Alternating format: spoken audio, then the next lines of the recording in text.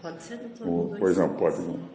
Em primeiro lugar, quero realmente agradecer à deputada Cristo Nieto e todos aqueles que estão participando desse seminário para examinarmos exatamente o que está sendo colocado na DPF 442, Ação de Descumprimento do Preceito Fundamental, e trazer aqui alguns pontos para reflexão daqueles que estão me ouvindo. E, evidente, quando o julgamento começar, que esses pontos possam ser levados aos ministros da Suprema Corte. O primeiro aspecto que eu queria abordar é de que essa ação de descumprimento do preceito fundamental ela foi sugerida pelo meu companheiro de comentários ao Código à Constituição Federal, isto é, o professor Celso Bastos. Uma conversa com o Gilmar, eu e ele, o Celso sugeriu que o ministro Gilmar Mendes, na época ele era auxiliar do presidente Fernando Henrique, criasse uma ação para o dispositivo na Constituição que cuidava de descumprimento de preceitos fundamentais. E, naquela ocasião, nós decidimos que valeria a pena. O então assessor do presidente da República levou a matéria, ele era subchefe da Casa Civil, ao presidente Fernando Henrique, que achou muito interessante, criou uma comissão presidida pelo Celso Bastos e constituída pelo próprio Gilmar, por mim, por Arnoldo Valde e Oscar Correia, para redigirmos a ação da descumprimento do preceito fundamental. Discutimos, tivemos divergência, apresentamos um anteprojeto, foi aprovado como projeto pela Câmara dos Deputados para discutir questões que representassem descumprimento ao preceito fundamental. O que vale dizer, para que um preceito fundamental da Constituição não viesse a ser desrespeitado. Por que eu digo isto? Porque um dos preceitos fundamentais da Constituição é a independência e a harmonia dos poderes. O artigo 2º da Constituição começa dizendo o seguinte: os poderes são harmônicos e independentes. 2 poderes representam o povo, conforme diz o artigo 1º, que quem é soberano numa democracia é o povo. Poder legislativo e poder executivo são representantes do povo. E o poder judiciário é um poder técnico que não representa o povo. Representa a lei que não faz e a lei que ele tem que fazer ser respeitada, porque ela pode ser feita pelo legislativo e, excepcionalmente, iniciada pelo executivo, mas sempre com aval do legislativo, nos casos de medida provisória e lei delegada. Esse é o preceito fundamental para o artigo 1º e 2º da Constituição. E por que essa separação entre poderes? Porque cada poder deveria ter funções específicas dentro da Constituição. Porque nós víamos de um regime, de um sistema, em que havia um poder predominante, o poder executivo, o decreto executivo, eles governavam o país. Basta dizer que o poder legislativo podia apenas, no regime anterior, ou apoiar ou rejeitar um decreto-lei, mas não podia apresentar qualquer emenda. Entenderam os constituintes durante 20 meses, quando discutiram a Constituição, que havia necessidade de os poderes serem harmônicos, independentes, cada um com a sua função. Por essa razão é que o artigo 40, ou o título 4º da Constituição, é o mais longo contigo da Constituição, que decidiram os constituintes de 88. Eu acompanhei durante 20 meses os trabalhos constituintes, comentei com o Celso em 15 volumes, com 10.000 páginas aproximadamente, toda a Constituição brasileira, porque acompanhavam. Até hoje, O relator da Constituição é meu conselheiro no Conselho Superior de Direito da Fé e Comércio, e eu sou conselheiro dele no Conselho dos Notáveis da Confederação Nacional do Comércio. O mais longo título da Constituição foi colocada no título 4. Vai dos artigos 44 a 135. E qual é o primeiro poder que aparece? É o poder legislativo. E é o poder legislativo que aparece porque é o poder mais representativo do povo. Porque no poder legislativo eu tenho situação e tenho oposição. Vale dizer, eu tenho 100% de representação do povo. Em segundo lugar, os artigos 44 a 75, vai o Poder Legislativo, sempre lembrando que o Tribunal de Contas, embora tenha independência, é um órgão que ainda continua acólito do Poder Legislativo. Os artigos 76 a 91, qual é o poder que aparece? Poder Executivo. Segundo poder. E por que o segundo poder? Porque no Poder Executivo eu tenho a maioria da nação, mas não tenho a totalidade, como no Legislativo. Eu tenho quem ganhou a eleição. Eu tenho, portanto, a maioria da nação e, nos segundos turnos, nem a maioria da nação, porque quem foi para o segundo turno não conseguiu a maioria da nação no primeiro turno. E qual é o terceiro poder? O terceiro poder é o poder judiciário, que é um poder técnico. Guardião da Constituição é a função do Supremo Tribunal Federal. Um poder que tem que garantir a lei, que não faz, porque a lei que faz, quem faz é o Legislativo e o Executivo. E para garantir que seja esta harmonia e independência dos poderes, o que para o mais importante poder de representação do povo, que está em primeiro lugar, que é o poder legislativo, o Constituinte colocou, no artigo 49, inciso 11, colocou o seguinte: compete ao Poder Legislativo, ao Congresso Nacional, zelar por sua competência normativa e fazer leis perante os outros poderes. Quais são os outros poderes? Executivo e Judiciário.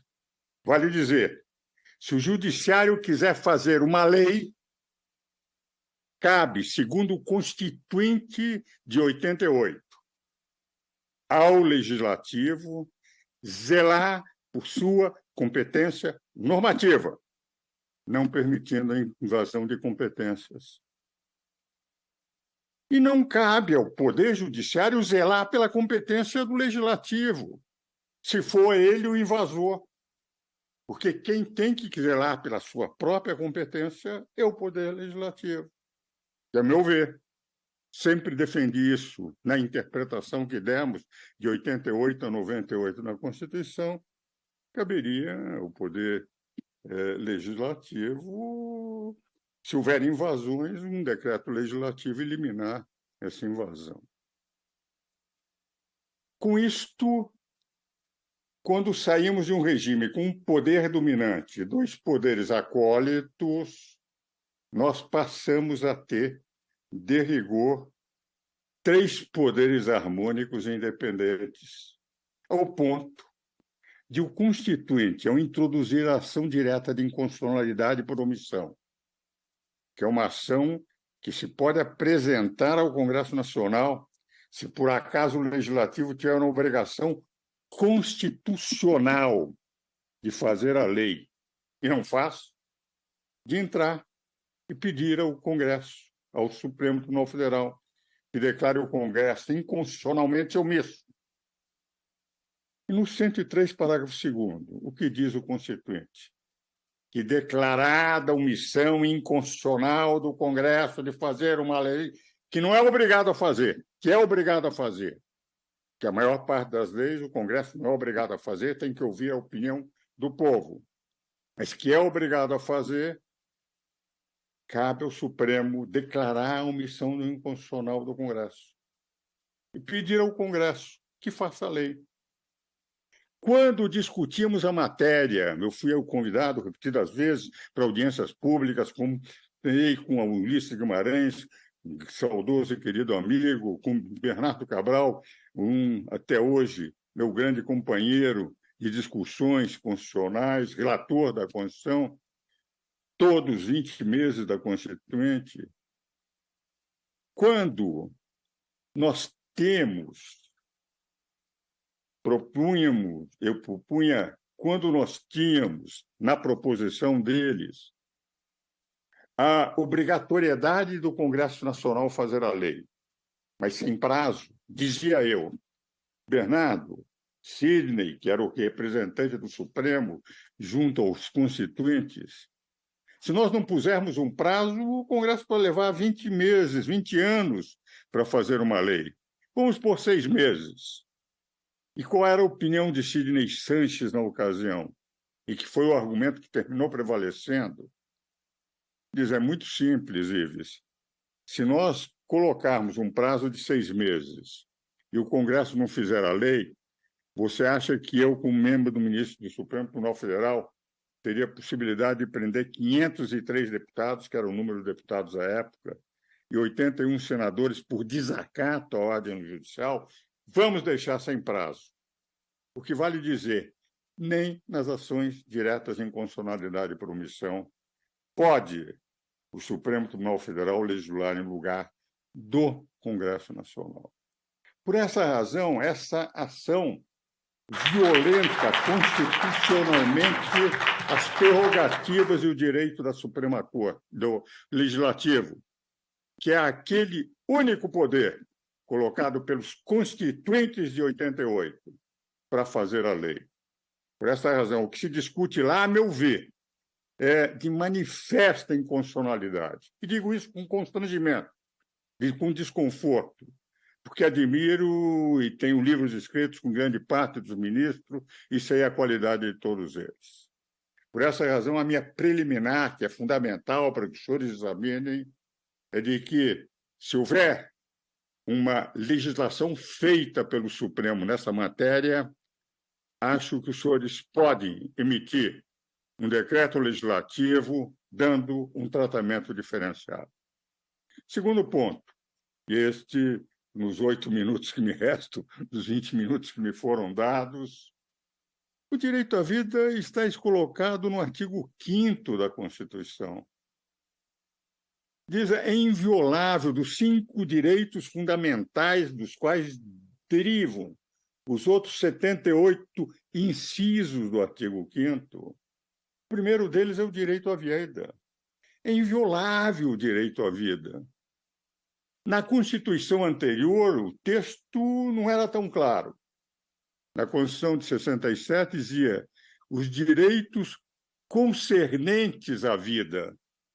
Mas esta foi muito mais clara. A intenção do Legislativo, dos constituintes de 88, foi extremamente clara ao dizer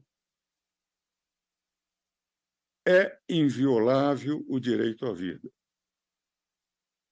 Aliás, o Código Civil, desde Clóvis Vilar, no artigo 4º do Código Civil anterior, dizia que a vida do nascituro é garantida desde a concepção, os direitos do nascituro são garantidos desde a concepção, repetidos no artigo 2º do atual Código, a não ser que os senhores digam o seguinte, não, todos os direitos do nascituro são garantidos, menos um direito sem importante, que é o próprio direito à vida. A lógica nisso, eu garanto todos os direitos de ter bens, etc., mas não garanto o direito à vida do nascituro. É uma contradiction in terminis, uma contradição dos termos.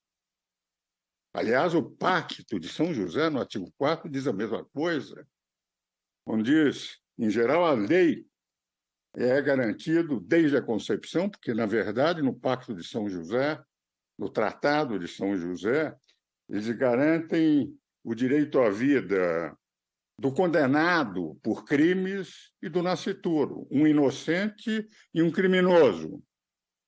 Aos países que tinham pena de morte, eles asseguram que podem continuar, mas se deixarem de ter, não podem voltar.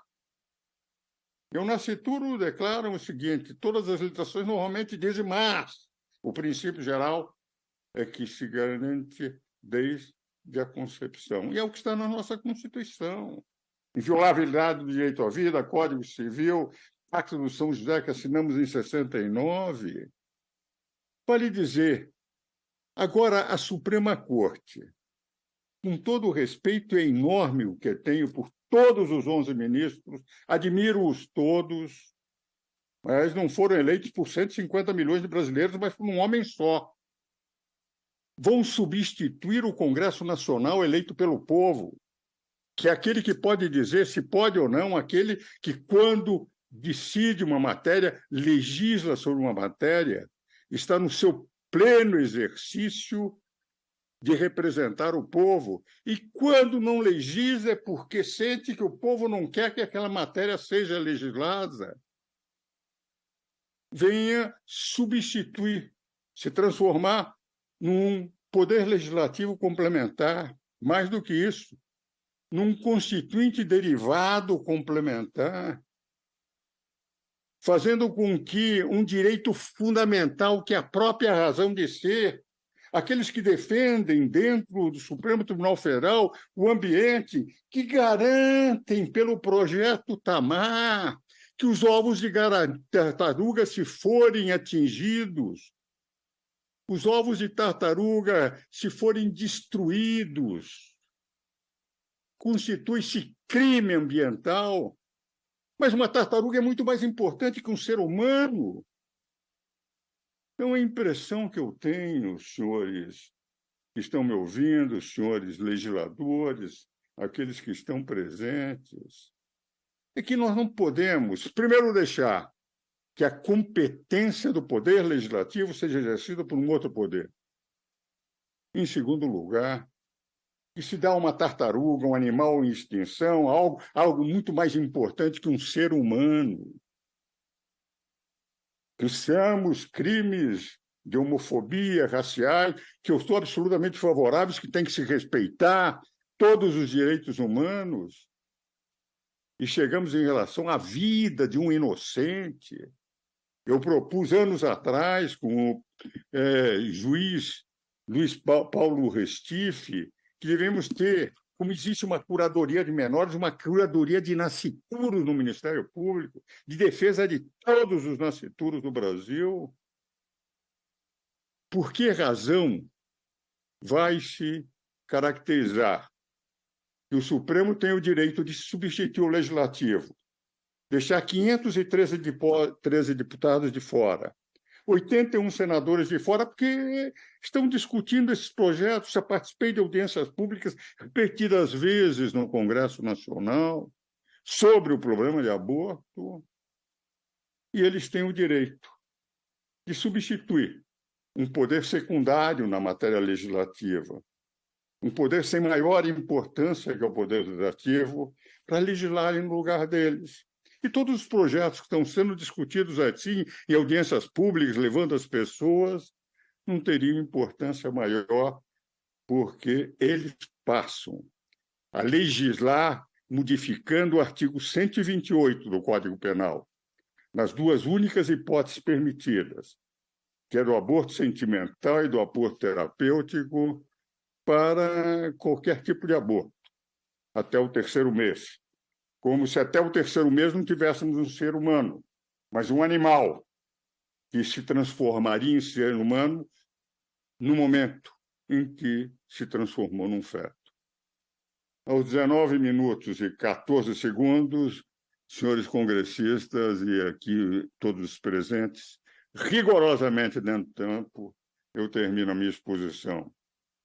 Não é da competência da Suprema Corte legislar sobre essa matéria, porque a Constituição proíbe, cabe ao Congresso Nacional legislar sobre ela, e a Constituição declara a inviolabilidade do direito à vida desde a concepção. Muito obrigado.